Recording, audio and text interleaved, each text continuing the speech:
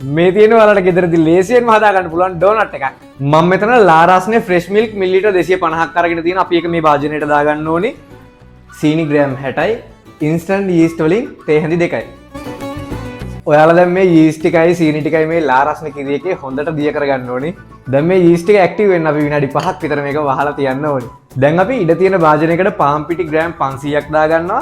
ඒකටම ලුණු කුඩු තේ හැඳි භාගයක් විතර දාගෙන අපි මේක හොඳට කලවම් කරගන්න ඕනි. වැනිලා ඒ වගේම අපි මේකට බිත්තරයක් දාගන්නවා. දැන් අපි මේකට අපේ ඇක්ටිව් වුණ යීස්ට් එක දාන්න ඕනි. ඔන්න බලන්න යීස්ට් එක හොඳට ඇක්ටිව් වෙලා තියෙන. පේනවද මේ පෙන තියෙනවා. දැන් අපි මේකත් මේකට දාගෙන හොඳට අනා ගන්න ඕනි. ඔයාලා ඩෝ එක මේ වගේ අතේ ඇලෙන්නේ නැති මට්ටමට හදා ගන්න ඕනේ. ඉතින් මේක තෙතමනේ වැඩි වුණොත් ඔයාලට තියෙන තව පාන් පිටි ටිකක් දාගන්න. තෙතමනේ මදි නම් ඔයාලට තියෙන තව ලාරස්නේ වතුර ටිකක් දාගන්න. දැන් මේක මේ විදිහට පොඩ්ඩක් නීට් කරලා අපි මේකට දාගන්නවා බටර් ග්‍රෑම් 60ක්. ඒක කාමර උෂ්ණත්වය තමයි තියෙන්න ඕනේ. දැන් ඉතින් ඔයාලා මේකේ මේ තියෙන බටරි ගතිය නැති වෙනකන් හොඳට මේක නීට් කරගන්න ඕනේ. මේ බටර් ටික හොඳට මේ පිටි ඩෝ එකට උරා ගන්නකම්. ටිකක් වෙලා යන වැඩක්. හැබැයි ඉතින් ඒක කරගන්න වෙනවා. ඔන්න දැන් පේනවනේ මේකේ තියෙන බටරි ගතිය නැතිලා තියෙන. දැන් අපි මේක තවත් විනාඩි 5-10ක් විතර හොඳට නීට් කරගන්න ඕනේ. ඔන්න අපි අපේ ඩෝ එක හදාගෙන ඉවරයි. දැන් ඔයාලට බලන්න පුළුවන් මේ ඩෝ එක හරියටම නීට් වෙලා නම් අපි මේ විදිහට ඇඟිල්ලෙන් ප්‍රෙස් කරාම ඒ ප්‍රෙස් කරපු තැනින් මේක ටිකකින් ආයෙ උඩට එන්න ඕනේ. ඔන්න බලන්න. දැන් ඉතින් ඔයාලා මේක කිචන් ටවල් එකකින් වගේ වහගෙන පැයකමාරක් විතර මේක ඩබල් සයිස් වෙනකන් පිපෙන්න දෙන්න ඕනේ.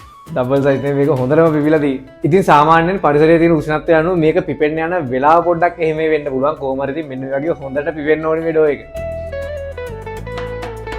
අපි දැන් මේක හොඳට තුනී කරගන්න ඕනේ. සාමාන්‍යයෙන් ඉතින් ඔයාලා අඟල් භාගයක වගේ මේ පේනවනේ මෙන්න මේ වගේ ඝනකම හිටින් තමයි මේක තුනී කරගන්න ඕනේ. මේක ඉතින් කට එකකින් කපා ගන්න පුළුවන් නම් ලේසි. ඉතින් කට එකක් ඕනිම කියලා නෑ. ඔයාලට මේ වගේ වීදුරුවක් පාවිච්චි කරලා උනත් මේ ඩෝනට් එක කපා ගන්න පුළුවන්. මාළුව මරුවක් නැහැ ඉතින් මේකෙන් කපනවා කියන එක. අපිට මේ ඩෝනට් වල හිල මෙන්න මේ විදිහට ලේසියෙන්ම අතින් දෙපැත්තට කරලා හදා ගන්න පුළුවන්. දැන් ඉතින් මේක දෙපැත්තම golden brown වෙන්න බැදගත්තට පස්සේ ලිපෙන් බාලා තෙල් බේරෙන්න තියාගන්න තමයි තියෙන්නේ. අපි දැන් චොකලට් ග්ලේස් එක හදමු. ඒකට මම ඩාර්ක් චොකලට් වලින් ග්‍රෑම් 250ක් අරගෙන ඒකට වතුර මිලිලීටර් 50ක් විතර දාගන්නවා. දැන් ඔයාලා මේක ඩබල් බොයිල් ක්‍රමයට හොඳට මෙල්ට් කරගන්න ඕනේ. දැන් මම මේක අයිසිං සුගර් වලින් ගානිෂ් කරනවා.